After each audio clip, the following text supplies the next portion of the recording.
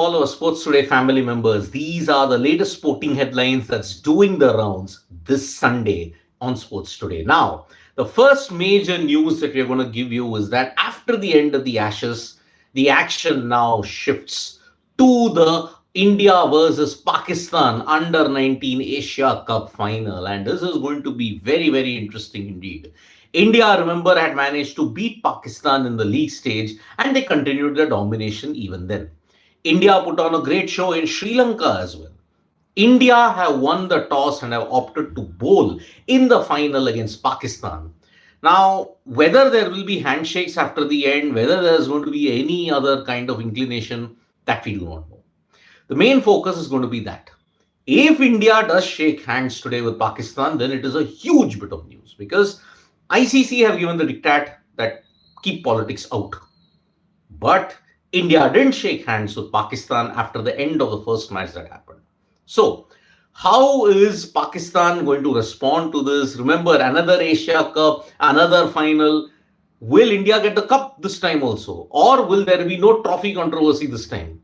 We hope better sense prevails in the under 19 thing. The trophy does get given. I mean, this is a farce that has happened. Pakistan continue to ensure that, yes, they continue to be farcical and they continue to ensure that they do not indulge in these kind of theatrics yet again, just for the sake of not escalating tensions. Simple. On the other hand, when you look at it, the India women's team, the World Cup winners, have now begun their preparation for the T20 World Cup as well, because after winning the ODI World Cup, they will now want to turn their attention to the T20 World Cup, and their preparation begins now. Today is the first T20I between India and Sri Lanka in Vizag. And that is why this will be a very important game because, see, after ending the ODI World Cup jinx, India will now want to ensure that they end the T20 World Cup jinx as well. So that's why this is the momentum that they would want to sustain and ensure that it doesn't get totally destroyed with this break that they have had. After November 2, they haven't had much of cricket at all. So that's why this series is very, very important for the Indian women's team. Let's see how everyone performs at this point in time. Now, as far as the other cricketing news is concerned, Tom Latham and Devon Conway have become the first opening duo in history to hit back-to-back centuries in one test. Devon Conway, remember, 227 and 100 in the test match at Mount Maunganui. Tom Latham has also hit 100. So that is why New Zealand are trying to ensure that they get to a good total and ensure that they get the West Indies in today. They want to go past 450. But remember, this is still a very, very good wicket. And that is why forcing a result tomorrow might be very difficult for New Zealand. Remember, West Indies winning the series looks to be all but over at this point. But let's make one thing clear. West Indies might fight. They lost Wellington. They held on in Christchurch. Can they end their tour on a high with a win at Mount Maunganui? That's what we'll have to see tomorrow. That's the way it goes.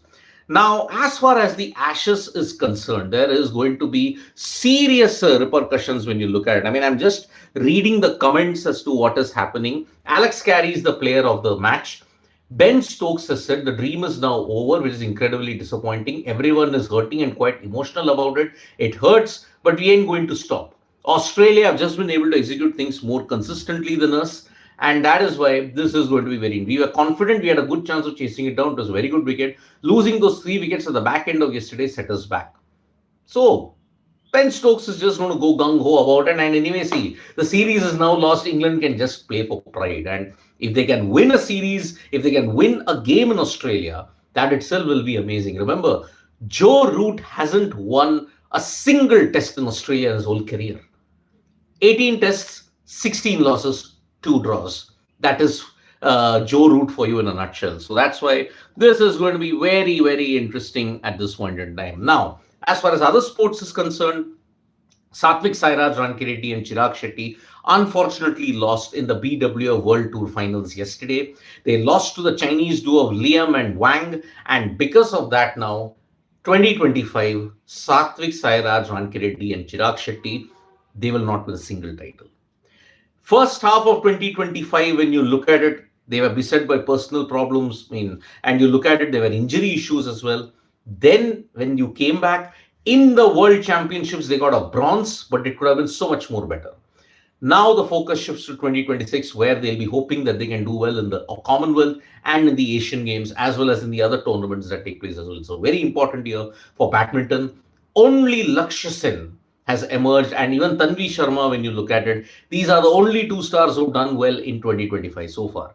As far as the Global Chess League is concerned, we now are moving into the business end of the tournament. Gukesh was held by Anand. Prague unfortunately suffered some setbacks, but the Indian contingent have put on a decent show in the Global Chess League. So that's why this is going to be a very, very interesting situation when it develops. Remember, now after the Asia Cup, the season's over for sports in particular. You only have the Ashes match that's going to take place on 26th to 30th. That is it. No other sporting action is taking place, but chess will have the World Rapid and Blitz tournament starting on December 25 to 31st. That these two, Ashes Boxing Day Test, World Rapid and Blitz, are the only two sporting events heading into the last week of 2025 when you look at it.